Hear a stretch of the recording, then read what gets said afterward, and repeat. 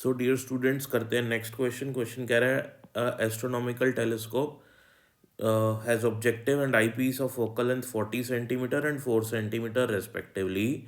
To view an object 200 centimetre away from objective the lens must be separated distance.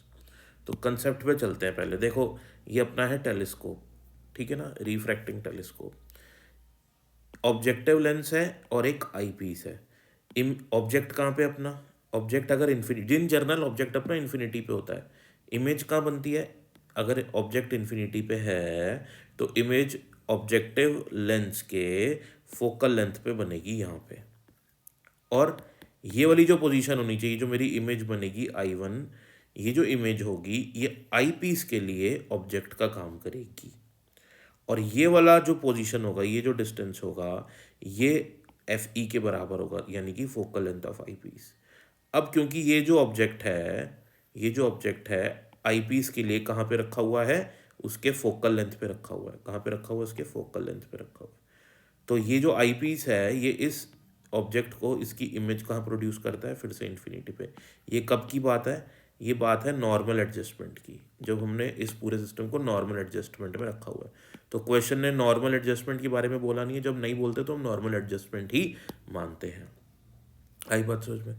तो इसमें जो lens की, ये ट्यूब, जिस ट्यूब में लेंस रखा जाता है, उसकी जो लेंथ होती है, यानी कि दोनों लेंस के बीच की डिस्टेंस जो होती है, उसको हम एल कहते हैं। तो एल किसके बराबर होगा, F O plus F E के बराबर।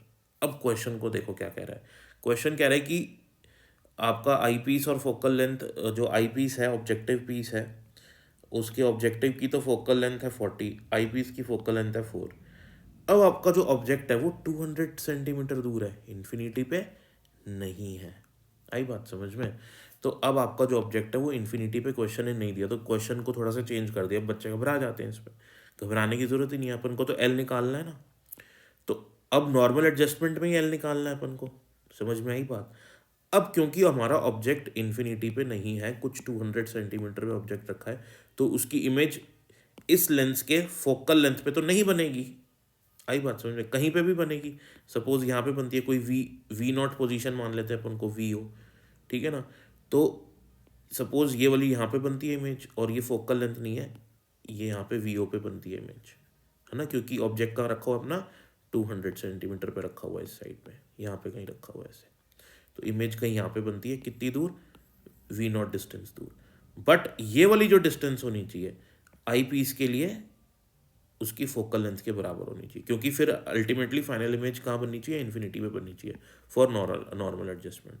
तो हमारा जो ये एल होगा वो किसके बराबर होगा, V O plus F E के बराबर। बात आई समझ में।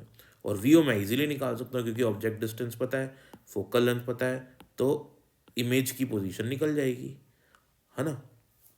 और एफ ई अपन को ऑलरेडी क्वेश्चन में गिवन है, तो क्वेश्चन पे आते हैं। तो एफ ओ एफ ई पता है अपन को, यू भी गिवन है, एल पता लगाना है।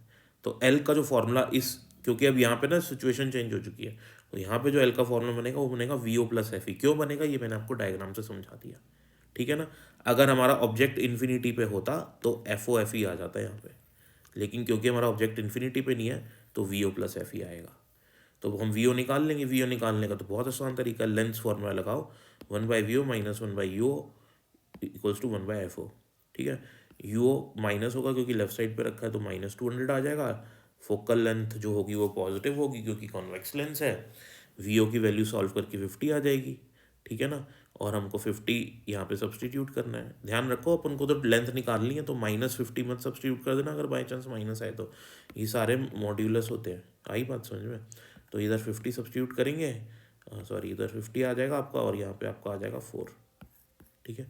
तो 54 सेंटीमीटर होनी चाहिए आपकी ये ट्यूब की length. So this is the way to solve this question.